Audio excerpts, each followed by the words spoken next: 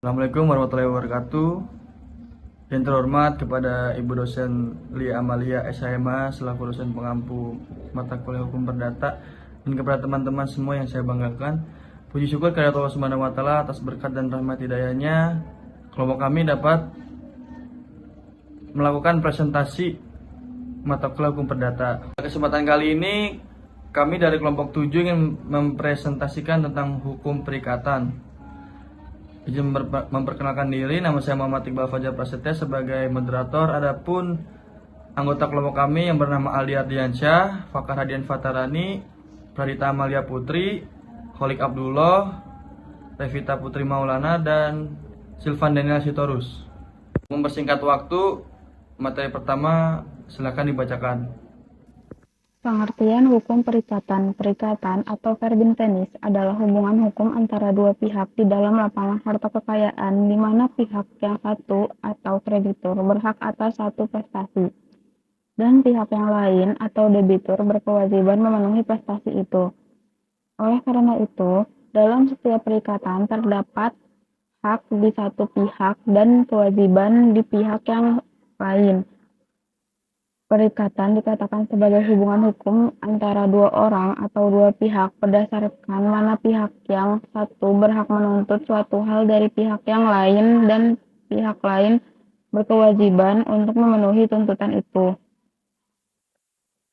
Untuk menilai suatu hubungan hukum itu perikatan atau bukan, maka terdapat ukuran atau kriteria tertentu. Dahulu yang menjadi kriteria hubungan hukum itu dapat dinilai dengan uang. Belakangan ini, hal itu telah ditinggalkan karena di dalam masyarakat terdapat juga hubungan hukum yang tidak dapat dinilai dengan uang. Untuk menilai suatu hubungan hukum itu perikatan atau bukan, maka terdapat ukuran atau kriteria tertentu. Sumber hukum perikatan. Sumber perikatan dalam pasal 1233 KUHP Perdata bunyi pasal 1233 KUHP Perdata, tiap-tiap perikatan dilahirkan baik karena persetujuan baik karena undang-undang.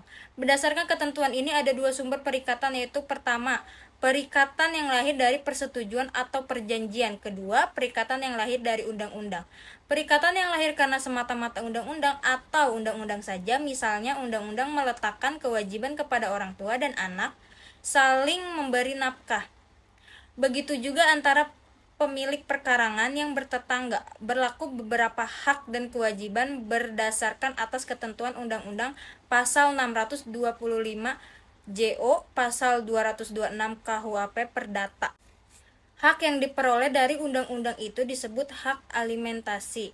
Perikatan yang lahir karena akibat perbuatan orang yang halal dijumpai dalam pasal 1354 KUHP Perdata yang berbunyi, jika seseorang dengan sukarela dengan tidak mendapat perintah untuk itu mewakili urusan orang lain dengan atau tanpa sepengetahuan orang ini, maka secara diam-diam mengikat dirinya untuk meneruskan serta menyelesaikan urusan tersebut hingga orang yang diwakili kepentingannya dapat mengerjakan sendiri urusan itu.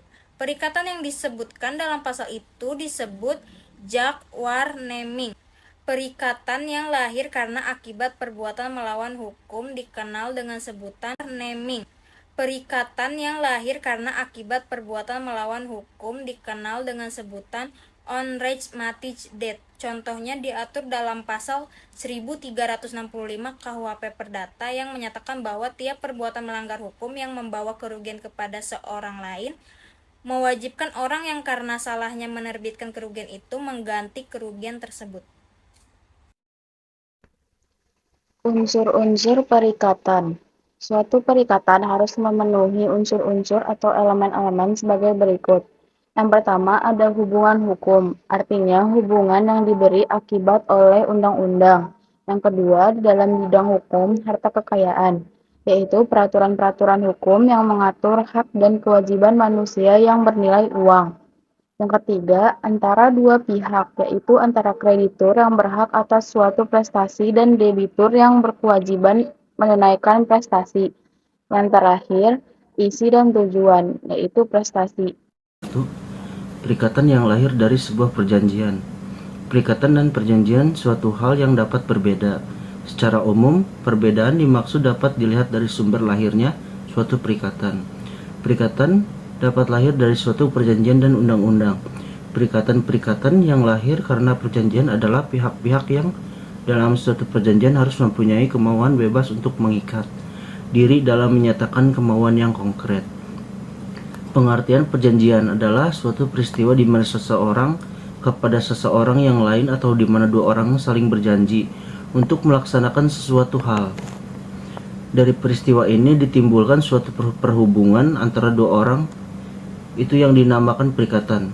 Jadi perjanjian yang dibuat menerbitkan suatu perikatan antara orang yang membuat perjanjian. Dalam bentuknya, perjanjian itu berupa suatu rangkaian perkataan yang mengandung janji-janji atau kesanggupan yang diucapkan atau ditulis. Perjanjian adalah salah satu sumber perikatan dalam kehidupan sehari-hari. Manusia sering melakukan perjanjian baik disengaja maupun tidak disengaja dilakukannya. Perjanjian pada dasarnya adalah salah satu hubungan yang terjadi antara pihak yang terlibat. Dalam pasal 13 KUH Perdata dijelaskan bahwa perjanjian adalah suatu perbuatan di mana satu orang atau lebih mengikatkan dirinya terhadap satu orang lain atau lebih. Banyak ahli berpendapat bahwa definisi dari pengertian perjanjian yang terkandung dalam pasal 13 KUH Perdata masih tidak jelas dan masih terlalu luas pengertian dari perjanjian tersebut. Tidak lengkap karena hanya mengenai perjanjian sepihak saja. Diketahui dalam perumusan kalimat satu orang atau lebih mengikatkan dirinya terhadap satu orang atau lebih. Unsur-unsur perjanjian. Yang pertama ada unsur esensialia. Unsur esensialia adalah sesuatu yang harus ada yang merupakan hal pokok sebagai syarat yang tidak boleh dia abaikan dan harus dicantumkan dalam suatu perjanjian.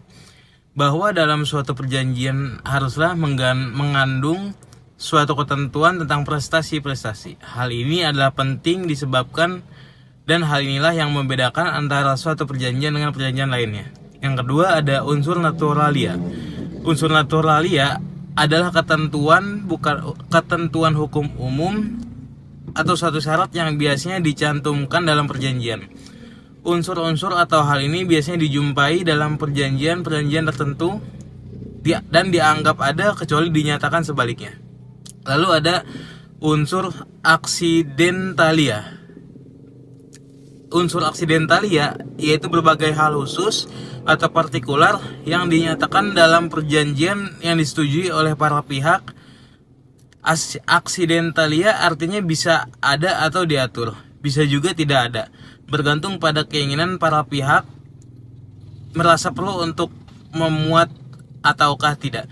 Selain itu, aksidentalia adalah unsur pelengkap dalam suatu perjanjian yang merupakan ketentuan-ketentuan yang dapat diatur secara menyimpang oleh para pihak sesuai dengan kehendak para pihak yang merupakan persyaratan khusus yang ditentukan. Syarat sah perjanjian. Syarat sah yang subjektif berdasarkan pasal 1320 KUH Perdata.